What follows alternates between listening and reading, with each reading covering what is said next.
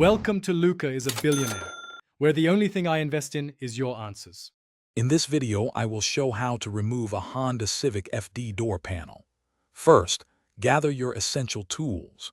You'll need a Phillips head screwdriver, a flathead screwdriver, and a plastic trim removal tool. Having a small container handy for screws and clips will keep everything organized and prevent losing any small parts during the process. This preparation makes the entire removal much smoother. Next, locate and remove the screws holding the panel. Start by taking out the screw found inside the door handle recess.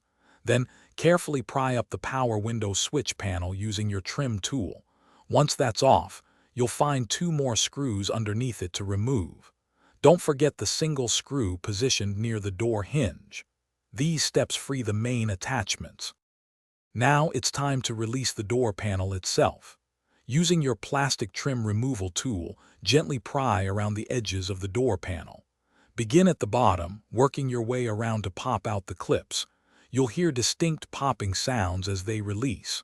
Once all the clips are free, lift the entire door panel straight upwards to detach it from the window channel. This separates the panel. Finally, disconnect the remaining components. Carefully reach behind the panel and disconnect the door handle cable.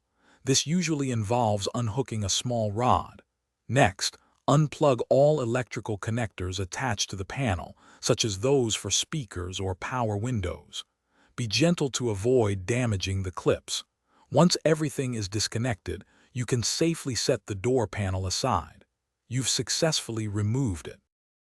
Thanks for watching and please subscribe. It's the best investment you'll ever make.